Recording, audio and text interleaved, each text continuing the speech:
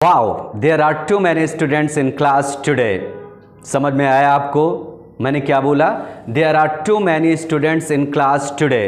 तो आज हम लोग बात करेंगे कि टू मैनी, टू मच और मस्ट टू का यूज़ कहाँ किया जाता है। वीडियो को आप लोग लास्ट तक जरूर देखिएगा ताकि सारा कॉन्सेप्ट आपको क्लियर हो सके, और साथ ही साथ वीडियो के एंड में आपको एक्सरसाइज मिलेगी, आप उसको भी करिएगा ताकि आपका सारा कॉन्सेप्ट हमेशा के लिए क्लियर हो जाए। तो चलिए शुरू करते हैं, लेट्स स्टार्ट द टॉपिक। सबसे पहले आपको समझना होगा नाउन। जैसे कि आप जानते हैं दो तरीके का नाउन होता है, एक को हम लोग क्या बोलते हैं काउंटेबल, और एक को हम लोग क्या बोलते हैं अनकाउंटेबल। काउंटेबल नाउन मीन्स जिसको हम गिन सकते हैं 1 2 3 4, और अनकाउंटेबल मीन्स जिसको हम नहीं गिन सकते हैं। काउंटेबल नाउन आपका सिंगुलर और प्लूरल दोनों में यूज होता है। Book books, boy boys, girl girls. इसको मैंने कई बार डिस्कस किया है। अनकाउंटेबल वो नाउन होता है जो हमेशा सिंगुलर में होता है, जिसको हम नहीं गिन सकते हैं। Information, blood, furniture, knowledge, music, ये सारा हमारा क्या होता है अनकाउंटेबल नाउन। तो सबसे पहले हम समझते हैं टू मैनी का यूज कहां पर करेंगे, और टू मैनी का मीनिंग क्या होता है? हद से ज्यादा।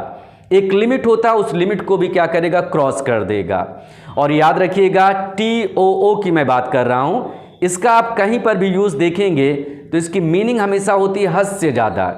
ये किसी भी बात को नेगेटिव में पहुंचा देता है। तो टू मैनी के बाद आपका नाउन आएगा, और वो नाउन कैसा होगा? Plural countable noun. हमेशा क्या होगा? Plural countable noun.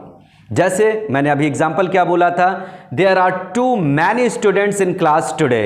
आज क्लास में हद से ज़्यादा स्टूडेंट्स हैं। जैसे अक्सर 50 स्टूडेंट्स रहते हैं, तो आज near about 100, more than 100 students हो गए। एक लिमिट को क्रॉस कर दिया, क्लास में बैठने की जगह भी नहीं होगी।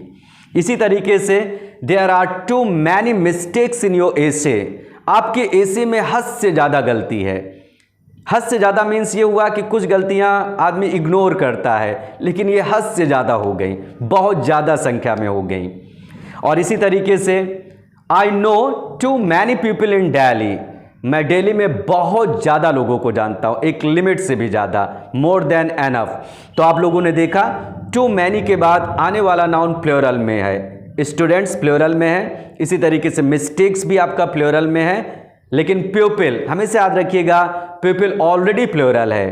और पीपल का सिंगुलर क्या होता? पर्सन, और पर्सन का प्लूरल क्या होता? पीपल। अब हम लोग समझते हैं टू मच का यूज़ कहाँ पर करेंगे? टू मच ये आपका अनकाउंटेबल नाउन के साथ इस्तेमाल होता है, और अनकाउंटेबल नाउन हमेशा सिंगुलर होता है। जैसे too much plus singular uncountable noun. जैसे एक example, my teacher gives me too much advice in class. मेरा टीचर मुझे क्लास में हद से ज़्यादा एडवाइस देता है। कभी कभी होता नहीं है, कोई कुछ टीचर चलो भाई कभी कदार एडवाइस दे दिया, कुछ टीचर हमेशा एडवाइस देते हैं और बहुत ज़्यादा एडवाइस दे देते हैं। इतना ज़्यादा एडवाइस दे देते हैं कि वो चीज़ नेगेटिव हो जाती है, और एडवाइस आपका अनकाउंटेबल है, एडवाइसेस आप नहीं बोल सकते हैं। इसी तरीके से दूसरा example, there is too much food for us. परेशान मत होइए, हम लोगों के लिए हद से ज़्यादा खाना है। इतना ज़्यादा खाना है कि आप खा भी लोगे तब भी वो बचा रहेगा। तो यहाँ पर देखा फूड आपका क्या है? Singular uncountable noun. इसी तरीके से he spent too much money on gambling, या स्पेंड की जगह हम वेस्टेड कर दें ज़्यादा अच्छा रहेगा। He wasted too much money on gambling. उसने गैम्बलिंग पर हद से ज़्यादा पैसा वेस्ट किया, जुए पर। एक लिमिट को भी क्रॉस कर दिया। चलिए भाई कुछ लिमिट तक चल जाता है, लेकिन उसने उस लिमिट को भी क्रॉस कर दिया। तो आपको आइडिया मिल गया होगा टू मच के बाद आपका नाउन आएगा, और वो नाउन कैसा होगा? Singular uncountable noun. Too much का यूज आप वर्ब के बाद भी कर सकते हैं। जैसे you speak too much in class. तुम क्लास में हद से ज्यादा बोलते हो। भाई एक लिमिट को भी क्रॉस कर देते हो। इसी तरीके से देखा ना, स्पीक वर्ब है, और वर्ब के बाद मैंने क्या बोला? टू मच यूज किया है। She weeps too much without any reason. वो हद से ज्यादा रोती है बिना किसी कारण के। मतलब रोना चलो कभी कभार चल जाता है, लेकिन वो अक्सर ही रोती रहती है। तो यहां पर देखा वीप्स आपकी वर्ब है, और उसके बाद यहां पर क्या यूज किया गया है? Too much. अब हम लोग जानेंगे कि मस्ट टू का यूज कहां पर करते हैं। तो मस्ट टू के बाद आपका नाउन नहीं आएगा, या तो आपका एडजेक्टिव आएगा या तो आपका एडवर्ब आएगा, एडजेक्टिव या एडवर्ब। मच टू, जैसे एक example, I am much too tired to stand properly. I am much too tired, मैं हद से ज्यादा थका हुआ हूं, टू स्टैंड प्रॉपरली, सही ढंग से खड़े होने में।